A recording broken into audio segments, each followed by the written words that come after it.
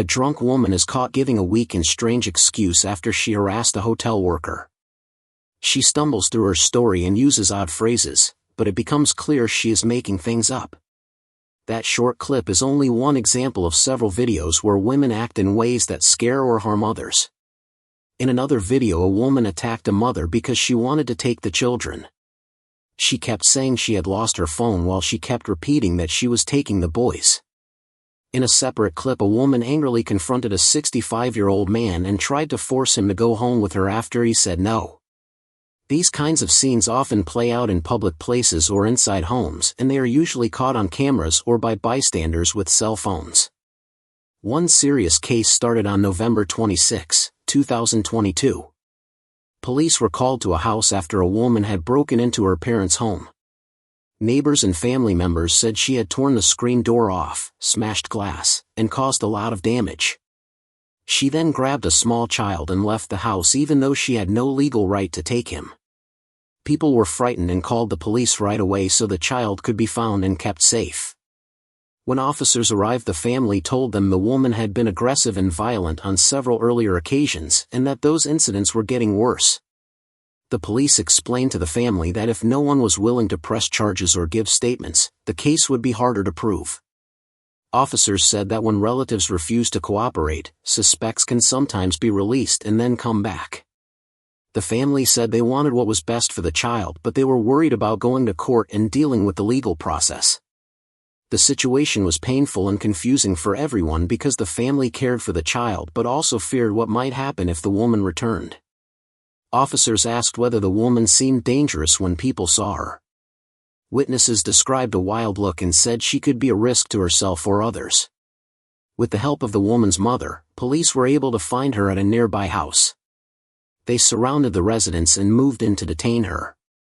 The woman resisted being taken into custody and a struggle followed. The video from body cameras and nearby phones shows officers trying to calm the scene, get the woman to follow simple orders, and secure her hands so they could place her in handcuffs. The officers told the woman she was under arrest for burglary and for taking the child without permission. Other clips in the same group show similar dangerous or strange behavior. In one, a woman forces her way into a home trying to grab a baby or toddler. Family members and neighbors jump in, pull the child back, and call the police. In another, a woman harasses hotel staff and, when questioned, invents a confusing story instead of explaining what she did.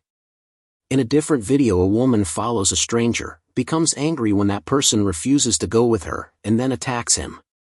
In each example, bystanders step in to protect victims and security cameras or phones record the events so police have clear evidence of what happened.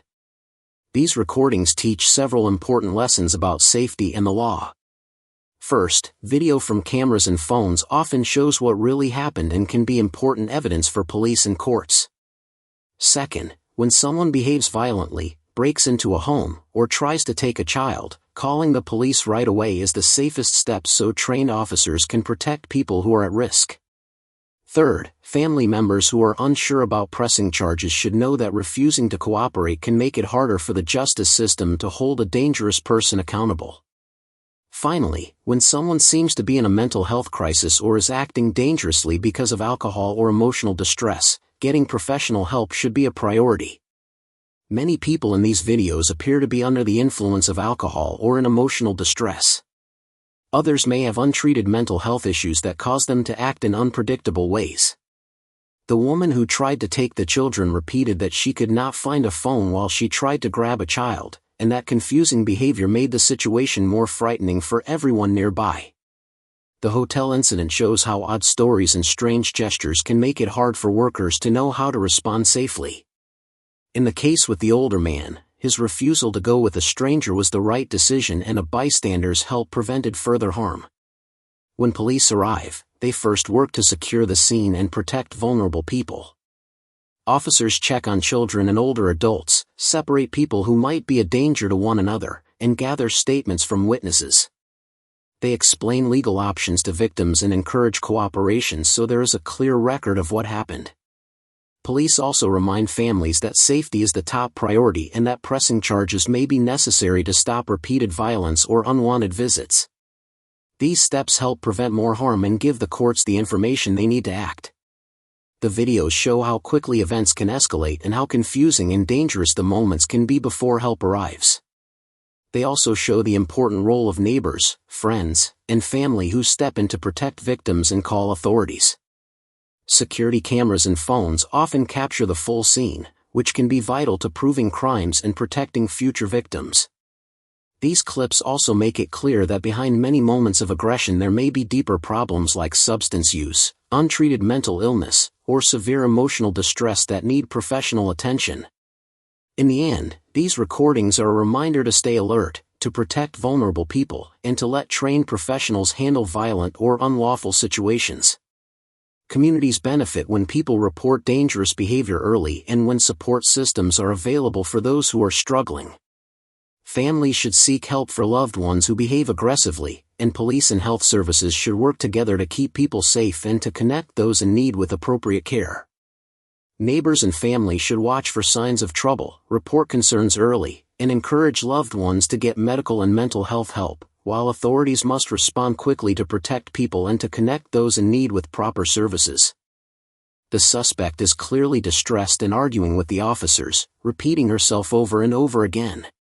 She keeps demanding her backpack, claiming it contains evidence that will prove she is being wronged. The police try to calm her down, speaking gently and reassuring her that they will take care of her belongings. They pat her down to make sure she doesn't have any weapons and try to keep the situation from escalating. Despite their efforts, she continues to yell about being abducted and insists the officers are falsifying evidence. She says she never had children with her and accuses the police of lying. She also demands to see proof of what they are accusing her of. As the confrontation continues, she climbs onto a table, and officers ask her repeatedly to get off.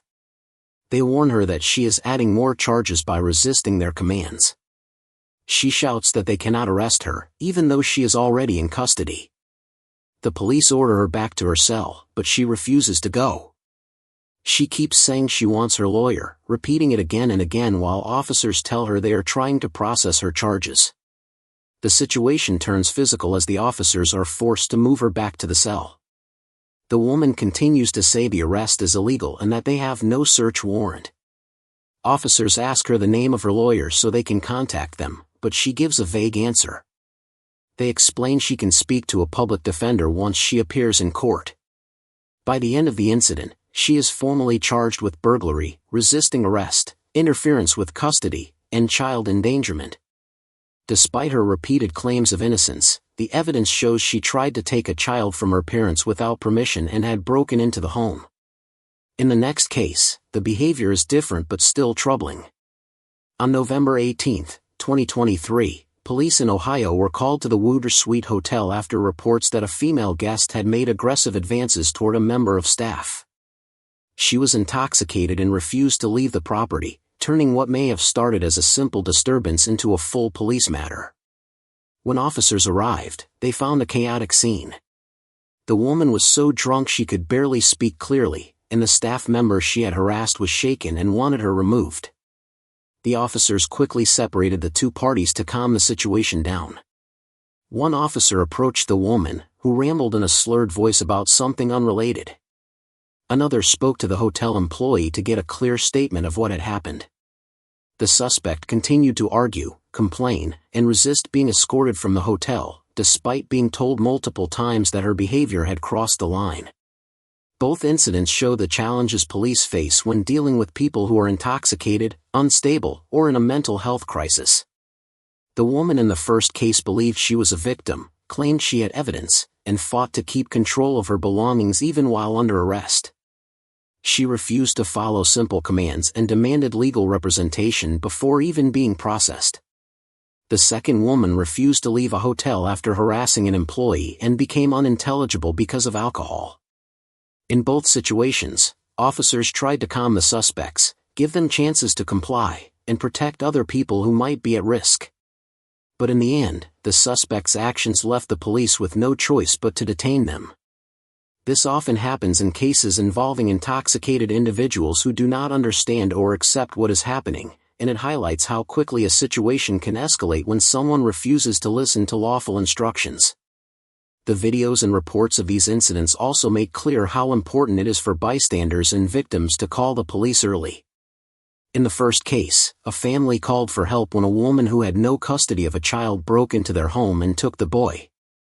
Without that call, the child could have been in serious danger.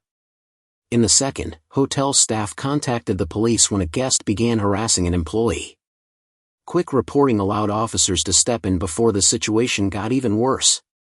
Both cases also show how critical it is for officers to document everything carefully. Body cameras, witness statements, and physical evidence like the broken glass or the hotel's security footage help build a clear record of what actually happened.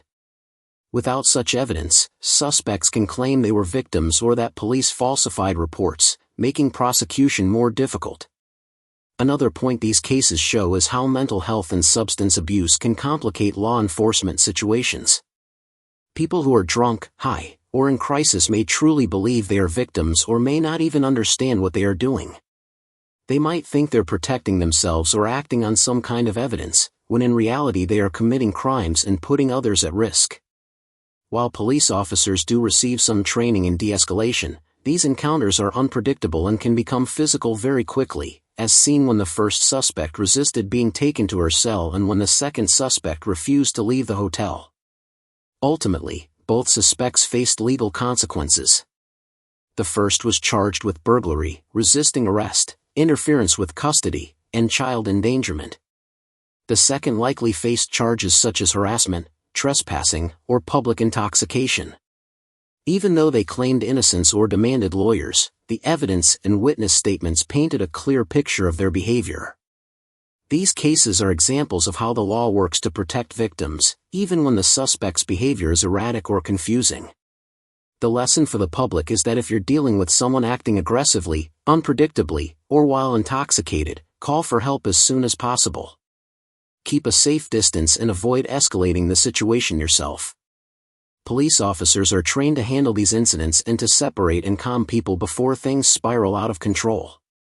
If you're the person in crisis, the safest choice is to cooperate with officers, remain calm, and wait to explain your side in court with a lawyer present. Fighting with police or refusing simple commands only makes things worse and can lead to additional charges like resisting arrest. Both these cases, the attempted child abduction by a family member and the hotel harassment of a staffer, show how fast situations can go from bad to worse. They also show the importance of acting quickly, staying calm, and letting the legal process sort out what happened after everyone is safe. Police body cam footage shows a confused and intoxicated woman who refuses to cooperate as officers try to calm her down. They ask her several times to walk with them and take a seat outside so they can talk, but she moves slowly and mumbles responses that make little sense. The officers stay patient, trying to keep her steady and get her attention, but it's clear she's not thinking clearly. Her speech is slurred, her movements are unsteady, and her emotions seem to shift from calm to upset without warning. An employee from the hotel then explains to the police what led to the call. He says the woman kept coming behind the front desk even after being told several times to stay on the guest side. She apparently tried to jump over the counter more than once. He told her politely to grab her things and leave, but she ignored him and became aggressive. When he was in the back doing laundry, he heard her pulling at the door, trying to get inside. The employee says she might have used a pillow to prop open a door or block it, but he wasn't sure why. He explains that he warned her repeatedly that she wasn't allowed behind the counter. Each time she refused, she got angrier and eventually grabbed at him. That's when he decided to call the police because she wouldn't calm down or leave. The hotel worker was clearly shaken but relieved that the officers had arrived before the situation could get worse. The police then interview the woman, but it quickly becomes clear that she's not sober. She slurs her words and gives confusing answers. When the officer asks if she has an ID, she says it's in her room. When asked for her name, she pauses for a long time before slowly spelling out, Kristawhiston. She doesn't seem sure of what she's saying. The officer asks for her date of birth, but instead of answering, she mutters about people having a problem with her. The police try to keep things calm and ask her to sit down, but she refuses and becomes defensive. After several warnings, the officer tells her she's under arrest for disorderly conduct and failure to comply. The woman reacts with confusion, repeatedly asking, "For what? For what?" The officers explain again that she's being arrested for her behavior and refusal to cooperate. They guide her toward the patrol car while making sure she doesn't hurt herself or anyone else. Once in the car, her behavior changes again. At first, she sits quietly, but soon she starts talking nonstop. She insists she's not a criminal, accuses the police of lying, and says the name she gave them isn't hers. The officers note that the name she provided doesn't match anyone staying at the hotel. They decide to run her information through their system again to verify her identity. The woman tells them she's from both Ohio and Florida, switching her story several times. When asked where she currently lives, she says Ohio but quickly changes the subject. She rambles about how people misunderstand her and says strange things about taking a horse's history instead of giving her real name. The officers try not to argue with her, focusing on verifying her identity and keeping her calm during transport. The entire scene shows how alcohol or drug use can completely cloud someone's judgment. The woman doesn't seem to understand why she's being arrested, even though she was warned many times to stop going behind the hotel counter. She ignores basic instructions, acts unpredictably, and says random things that have nothing to do with what's happening. For the hotel employee, the experience is unsettling. He was just doing his job when the woman began crossing boundaries and becoming aggressive. His decision to call the police likely prevented a more serious incident. The officers handle the situation professionally, giving her multiple chances to cooperate before taking her into custody. They try to treat her respectfully, but once she refuses to follow commands, they have to take action. Later, when officers check the system, they find no record of anyone by the name she gave. This strengthens their suspicion that she provided a false identity. They also note that she's likely intoxicated and possibly experiencing confusion or paranoia. Her statements are scattered, switching from talking about where she lives to claiming she's not a criminal, to phrases that make no sense. While the situation seems almost absurd at moments, it reflects real issues that police and first responders deal with often. Many people who appear aggressive or uncooperative are under the influence or struggling with mental health challenges. It can be hard for officers to tell whether someone is being deliberately defiant or simply too impaired to understand.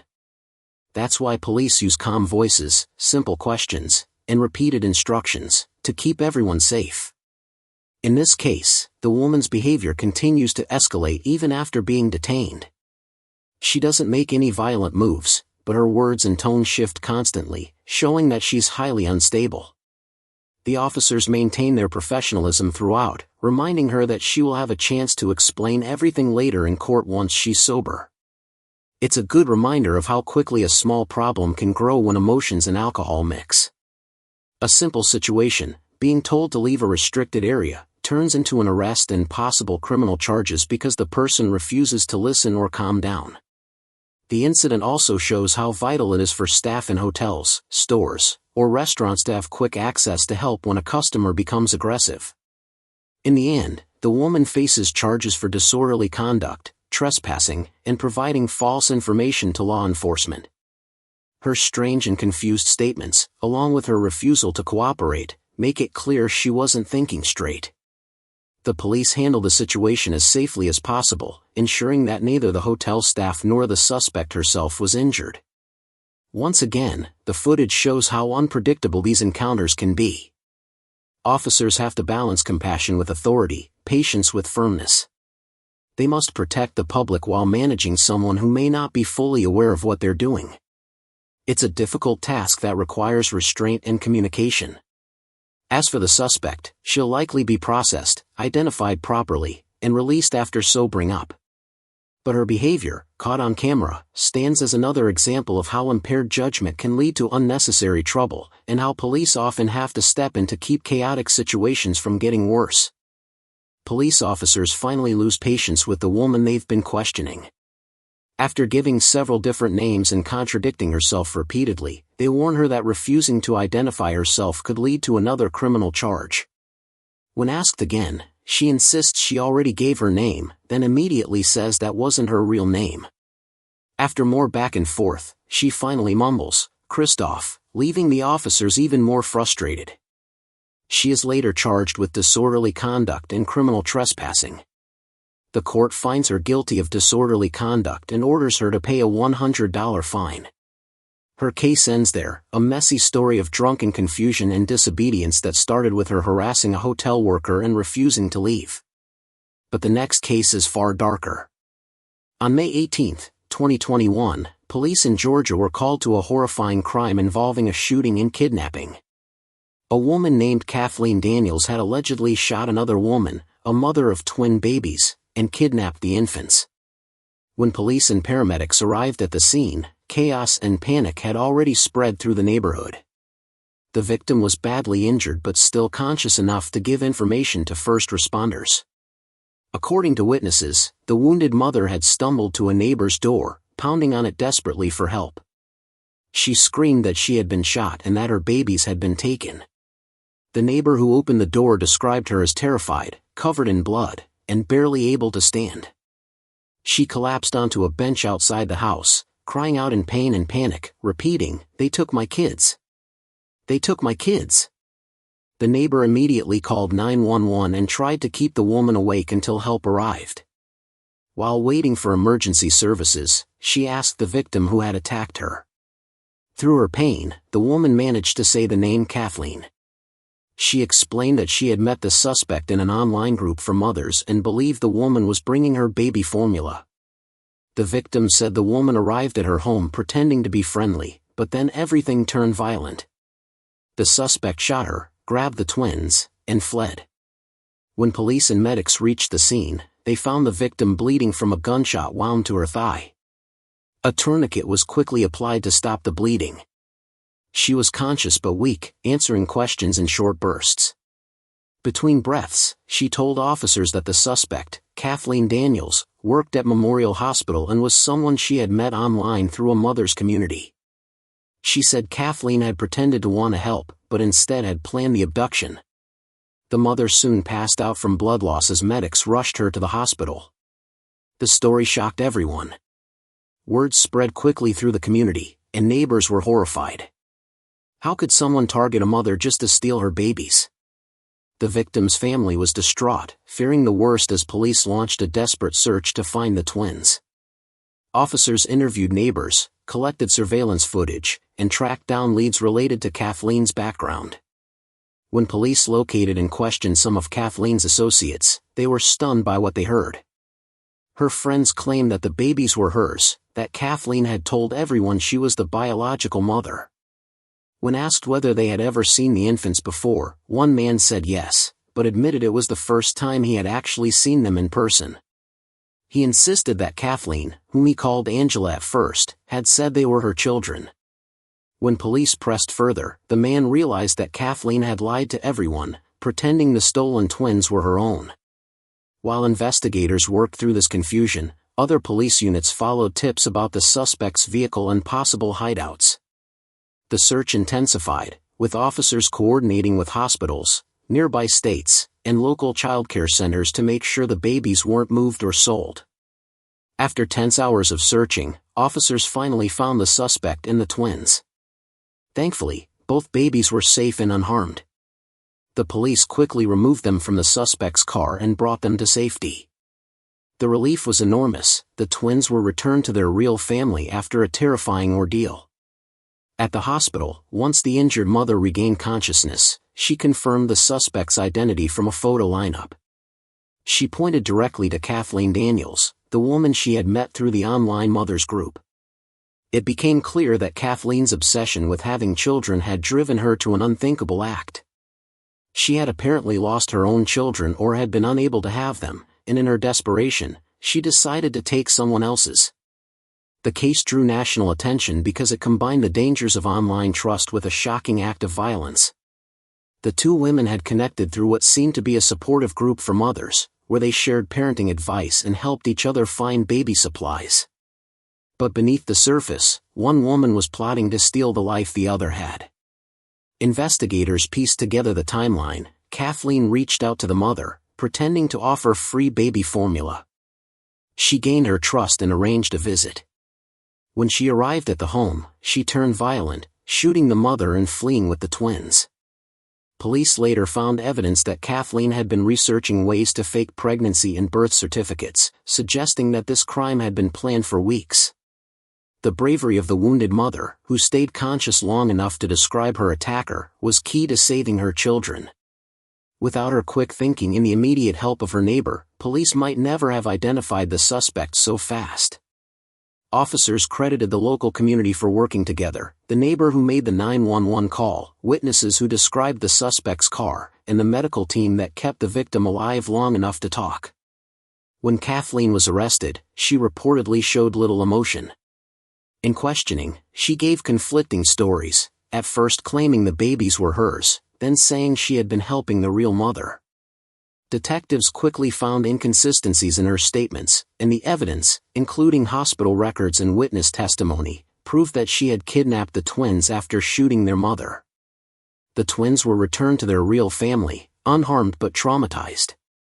Their mother eventually recovered from her injuries and thanked the police, paramedics, and neighbors who had saved her children's lives.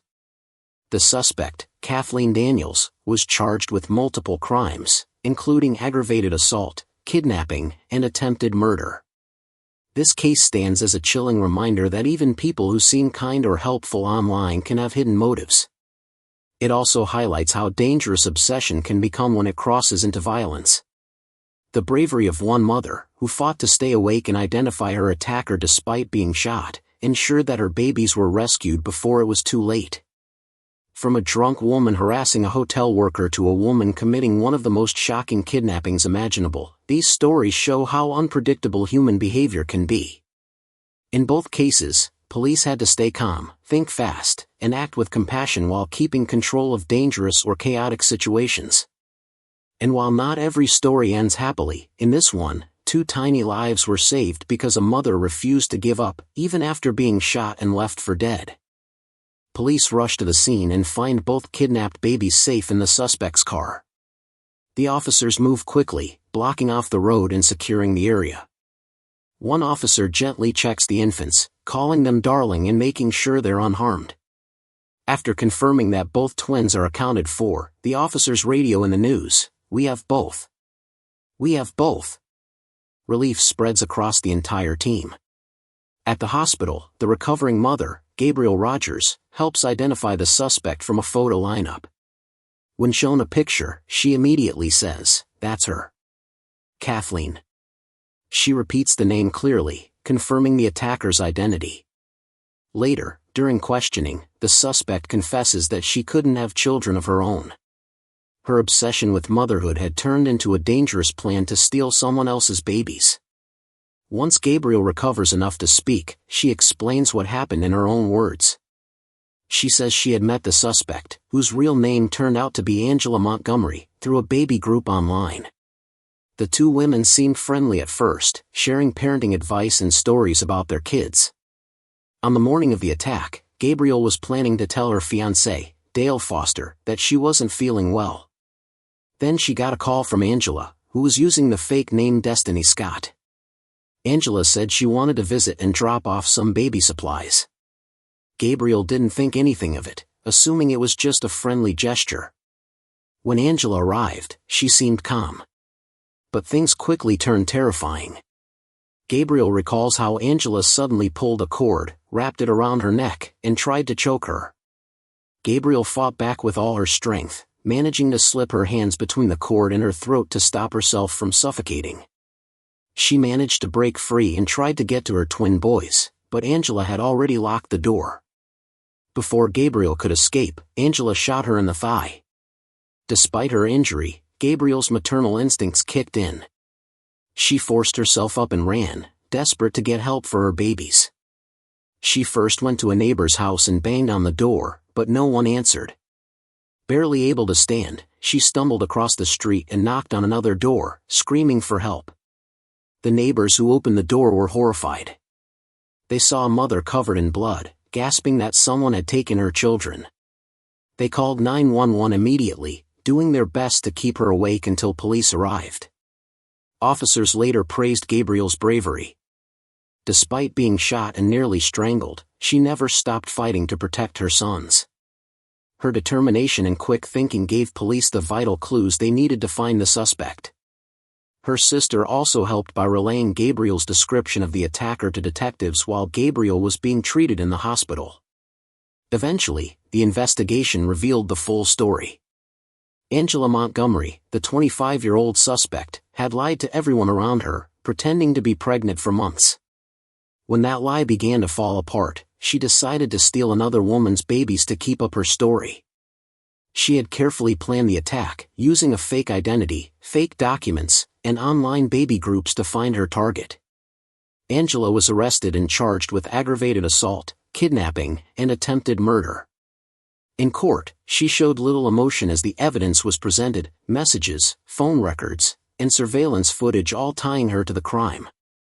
The judge sentenced her to 70 years in prison, ensuring she would spend most of her life behind bars. Gabriel's strength and the fast work of police meant that her babies were rescued safely and returned to their real family. But while one case ended with justice, the next incident police handled that year was strange in its own way. On August 28, 2021, police were called to a bar to deal with a 47-year-old woman named Christine Baresa. Witnesses said she had been drinking heavily and behaving erratically.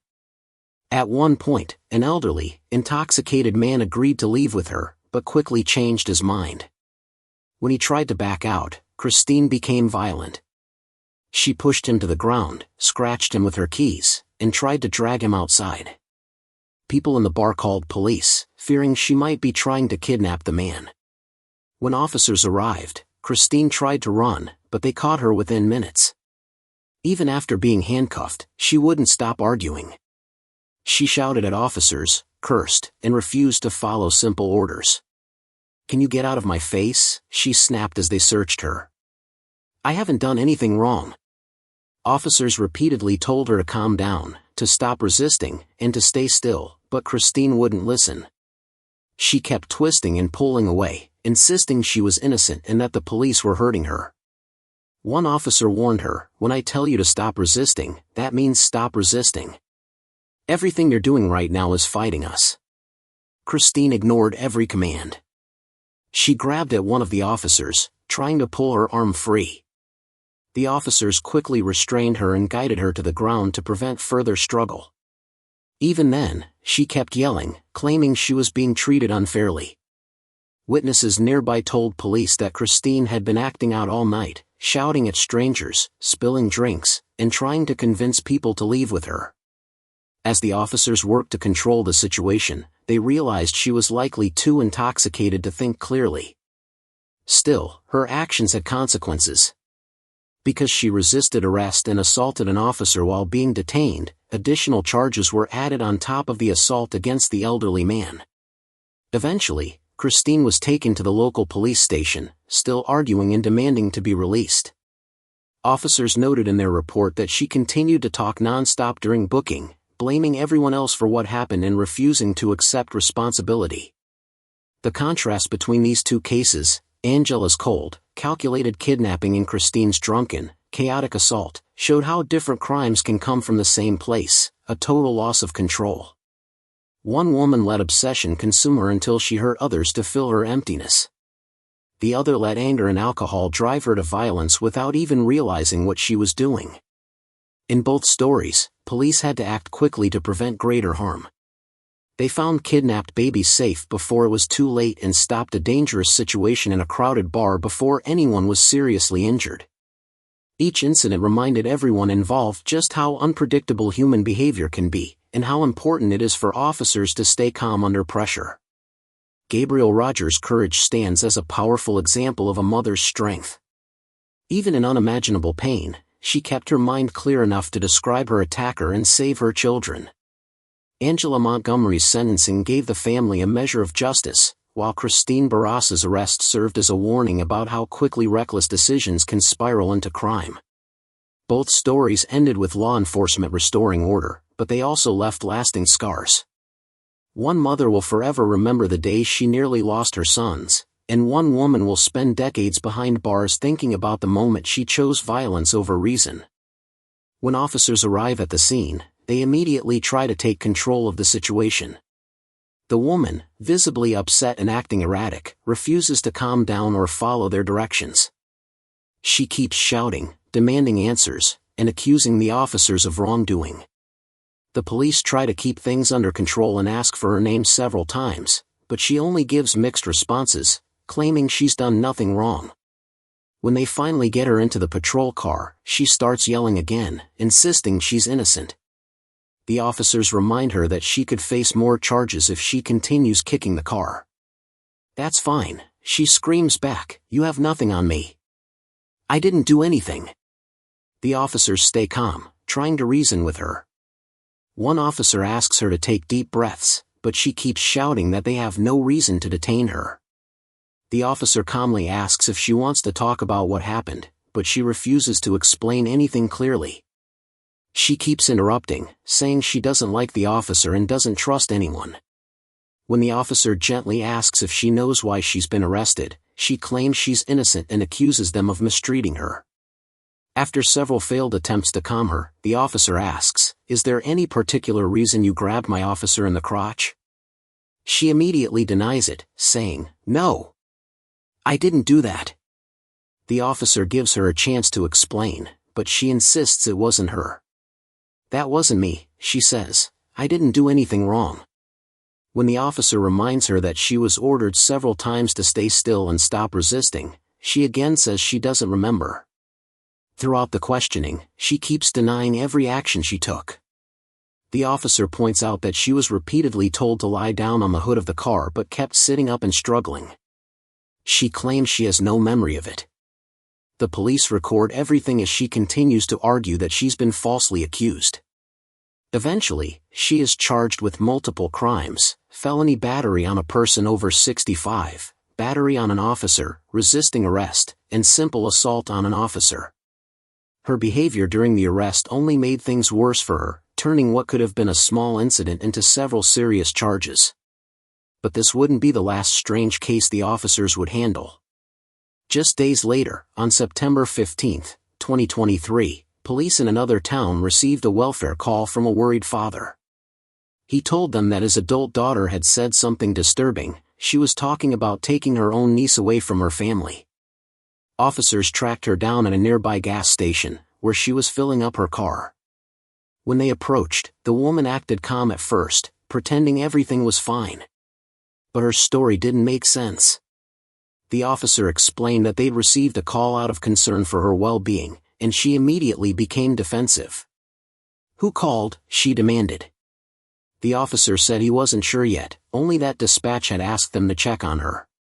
"Where's my dad?" she asked anxiously. "I don't know," the officer replied. "We were just sent to check on you." When asked what she was doing there, the woman hesitated. "I don't know," she said, looking around nervously. Then she tried to change her answer. "Well, I guess I do know. I'm going to Maine. My niece asked me to. Her birthday's coming up soon." The officer could tell something was off. Her answers were inconsistent, and she appeared disoriented after what she claimed was a 12-hour drive. She kept repeating that she was only worried about her niece and wanted to see her. But as the officers continued asking questions, it became clear that her story was falling apart. They learned that the woman's family had been trying to reach her all day but couldn't get through. When her father finally did, she made alarming statements about needing to rescue her niece. The family feared she was unstable and could do something dangerous. That's why the father had called for help. At the gas station, officers kept their tone gentle, trying not to provoke her. They asked if she had spoken to her brother or the child's parents. She said she hadn't, insisting they wouldn't understand. She rambled about how she needed to protect her niece and how no one else cared about her safety. The officer then asked how long she had been driving. "About 12 hours, she said tiredly. "I just needed to clear my head." She looked exhausted, with dark circles under her eyes and shaky hands. Still, she refused to admit that anything was wrong. The officers offered to help her find a safe place to rest, but she refused, saying she had to keep going. When they asked if she had eaten or slept, she said, "I'm fine. I just need to get there." The more she talked, the more obvious it became that she wasn't thinking clearly. Her speech jumped from one topic to another, about her niece, about people following her, about needing to protect her family.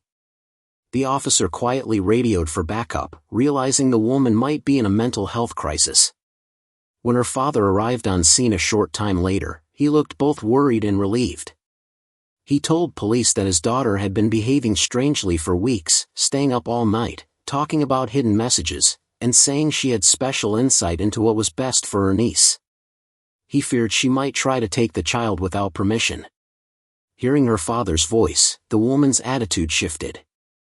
She became defensive again, saying, "I was just going to visit her. You're all overreacting." But the police had already made the decision to detain her for her own safety. She tried to argue, but they calmly explained that she would need to come with them to be evaluated by a doctor. At first, she resisted, saying she wasn't crazy and didn't need help. But eventually, after a long conversation, she agreed to go peacefully. Officers took her to a hospital for a full mental health assessment, ensuring she wouldn't harm herself or anyone else. Later, investigators confirmed that her niece's family had no idea she was coming. The woman had been driving for nearly half a day without rest, following delusional thoughts about rescuing her niece from imaginary danger. Her father's quick action and the police's careful response likely prevented a tragic situation. This case highlighted the delicate balance officers must maintain, knowing when someone is dangerous and when they're simply in crisis. The woman's confusion and paranoia showed how untreated mental illness can lead to dangerous behavior, even without intent to harm. In the end, she was not charged with a crime. Instead, she was placed under psychiatric observation and received the help she clearly needed. Her family later thanked the officers for their patience and compassion. From the aggressive woman fighting police during her arrest to the troubled aunt found at the gas station, both stories reveal how chaotic human behavior can become under stress or instability. In one case, anger led to violence and criminal charges. In the other, fear and delusion nearly caused a tragedy, but intervention came just in time. Through calm but firm responses, officers managed to defuse both dangerous situations. Whether facing defiance, confusion, or complete denial, their goal remained the same: keep everyone safe, no matter how unpredictable the person in front of them might be. The woman seemed calm at first, but her story quickly became confusing and strange. When police asked her about her niece, she said she was worried because her niece sounded scared during a phone call.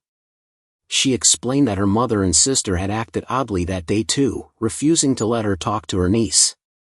She claimed something bad might be happening and insisted she was only trying to protect the child. The officers told her they had received calls from people who were worried about her and wanted to make sure she was okay. She said she appreciated their concern and kept repeating that she wasn't doing anything illegal. When asked what she planned to do, she said she had been driving for 12 hours and had come to check on her niece. She wanted to see whether the girl was in danger or just emotional.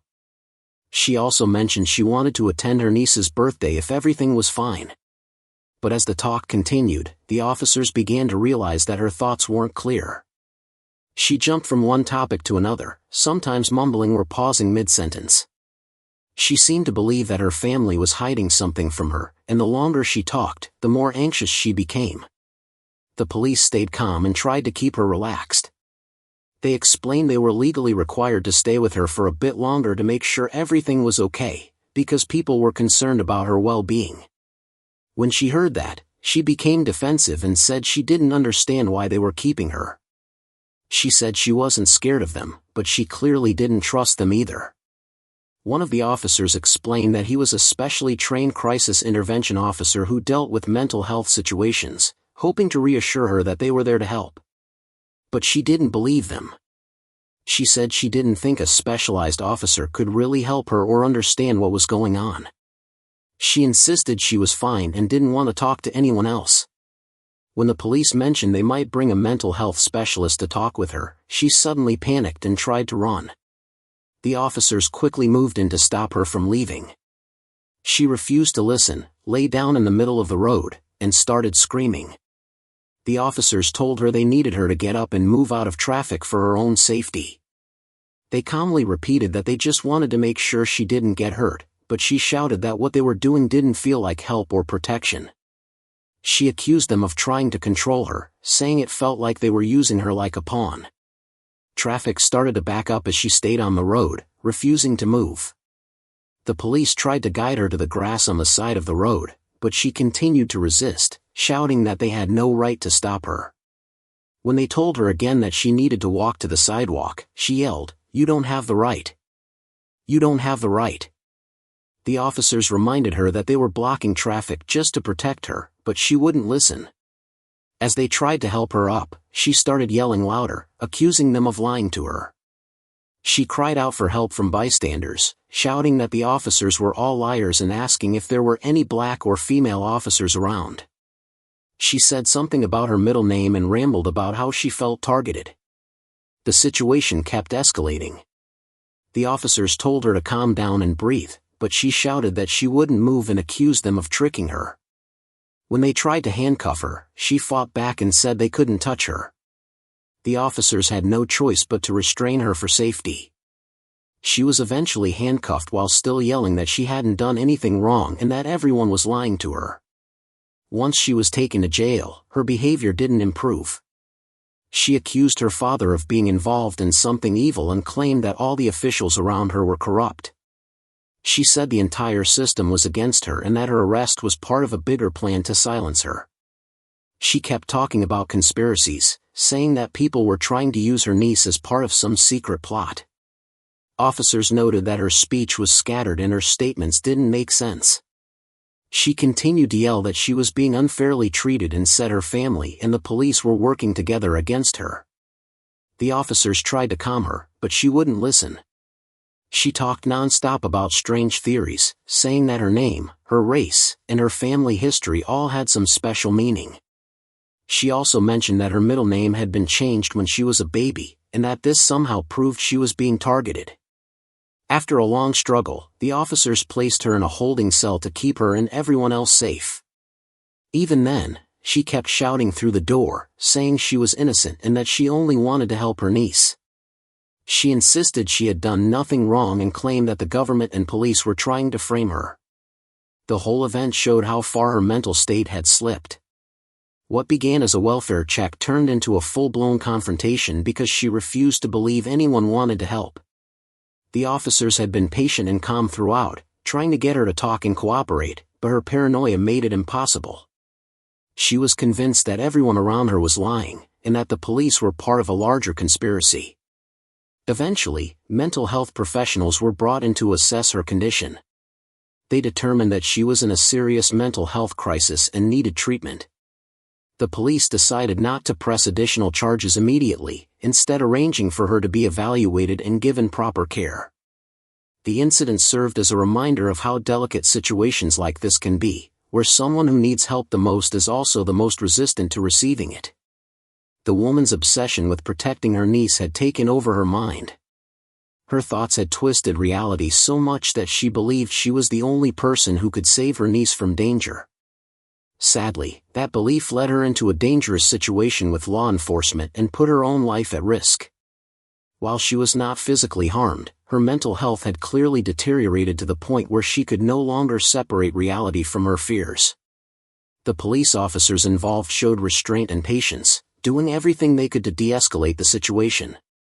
They treated her respectfully even when she shouted insults and false accusations. In the end, their calm actions likely prevented something far worse from happening. The woman's story is a sad example of how untreated mental illness and paranoia can spiral into chaos, turning simple misunderstandings into dangerous confrontations. Hopefully, with proper treatment and care, she will one day recover and understand that the officers were not her enemies but were trying to keep her safe. For now, her case remains a lesson about compassion, patience, and the importance of mental health support in law enforcement situations. The police found themselves dealing with another troubling case, this time, a woman claiming she was rescuing a child who wasn't hers. It all began when officers were called to a quiet neighborhood on November 25, 2024. A panicked mother had reported that a stranger grabbed her 3-year-old son from their yard and tried to walk away with him. Thankfully, the boy's cries and the quick actions of neighbors stopped the woman before she could get far. When police arrived, the area was filled with confusion and fear. A neighbor tried to explain what she had seen. She pointed to the fence where the incident happened, saying she had been standing outside when a strange woman walked by. The neighbor said the woman reached over the fence, picked up the little boy, and started walking off as if he were her own child. She had never seen this woman in the neighborhood before. The mother, who was inside watching her son play from the window, heard screaming and rushed outside. By the time she got to the yard, the woman had already walked halfway down the street with her child on her shoulder. Another neighbor across the street saw what was happening and ran to stop the woman. She yelled at her, asking what she was doing, and told her to return the boy. The woman finally stopped walking, but she didn't act scared or sorry. The witnesses said she seemed confused and even angry when confronted. The mother grabbed her son back, while the woman yelled at them before walking off and cursing under her breath. No one in the area had ever seen her before, and everyone was left shaken by how random and bold the incident was. Police spoke to the mother and witnesses to piece together the story. They were told the suspect had gone down the road and turned the corner. Officers immediately went looking for her. One of the neighbors, who had managed to record a short clip on their phone, gave the video to police. It showed the woman holding the child and walking quickly down the street. That was enough for the police to identify her and move in to make an arrest. When they finally found the suspect, she was calm and acted as if she hadn't done anything wrong. The officers questioned her gently, asking what had happened. Her story was strange and full of contradictions. She claimed she had found the little boy naked and thought he was in danger. She said she tried asking people nearby to call the police, but no one helped her. According to her, she only picked the child up to protect him and planned to take him to safety. But when the police pressed for details, her story started to fall apart. She said she had returned the child to the mother when she came out, but witnesses had already told police that wasn't true. They said she only stopped when she was confronted, and she didn't hand the boy over willingly. When officers asked her where exactly she had found the child, she couldn't give a clear answer. She kept changing her story, first saying the boy was alone, then saying the mother appeared suddenly, and finally claiming she was just trying to help because no one else cared. The police realized that she was trying to make excuses for something much more serious. Her so-called Good Samaritan act didn't make sense, especially since the child had been taken from his fenced yard, not wandering alone. Officers decided to take her into custody before she could cause any more harm. She didn't resist arrest but continued to insist she was doing the right thing and that people were misunderstanding her. While she was being taken away, she tried to convince the officers that the boy was being neglected, though there was no sign of that at all. The police could tell she wasn't thinking clearly. They transported her to the station, where she was charged with kidnapping and taking a child under 13 without parental consent. Even during questioning, she kept repeating that she was saving the boy from danger, refusing to admit that she had done anything wrong. After the arrest, the police returned to the family's house to check on the child and make sure he was okay. The father was home and allowed the officers inside. They found the boy safe and unharmed, sitting with his toys as if nothing had happened. The father was still shaken but grateful to the officers and the neighbors who had helped. He explained again what had happened, saying his wife had been at work when the incident occurred. Their son had been playing peacefully in the yard before the woman suddenly appeared, reached over the fence, and grabbed him. Another neighbor confirmed the story. She said the woman had insisted that the boy was her own son, which made everyone even more alarmed. The neighbor said she immediately called the police while others tried to stop the woman from getting away. She said the suspect acted confused, switching between anger and apology, and seemed detached from reality. The police reassured the father that the woman was now in custody and that his son was safe. As they wrapped up the investigation, it became clear that the suspect's behavior might have been connected to a mental health issue. There was no evidence that she knew the family or had planned the abduction in advance. Still, her actions were serious and dangerous. Taking a child from their own yard is a terrifying experience for any parent, no matter what the person's intentions may be. The officers handled the case with care, ensuring the boy and his family were safe while also recognizing that the suspect needed help. She was booked on charges of kidnapping and taking a child under 13 without consent. Her statements during questioning suggested she genuinely believed she was rescuing the child from harm, though her perception of reality was clearly distorted. For the mother, the relief of getting her son back was overwhelming. She thanked the neighbors who had stepped in and the police who acted quickly. The community also expressed shock that something like this could happen in their quiet neighborhood. Many parents said they would be extra cautious in the future, keeping an even closer eye on their children while playing outside. The case served as a reminder of how unpredictable and dangerous such encounters can be. The suspect had appeared out of nowhere, taken a child in broad daylight, and tried to justify it with a story that made no sense. If not for the quick reaction of nearby neighbors and the mother's immediate call to police, the situation could have ended much worse. In the end, the little boy was safely returned home, and his family's nightmare was over. The woman remained in custody, awaiting mental health evaluation and legal proceedings. Though she claimed her actions came from a place of concern, the reality was far different. What she did wasn't an act of kindness, it was a dangerous mistake that could have had tragic consequences. Thanks to the teamwork of alert neighbors, a brave mother, and fast-acting police officers, the child was rescued, unharmed and safe once again.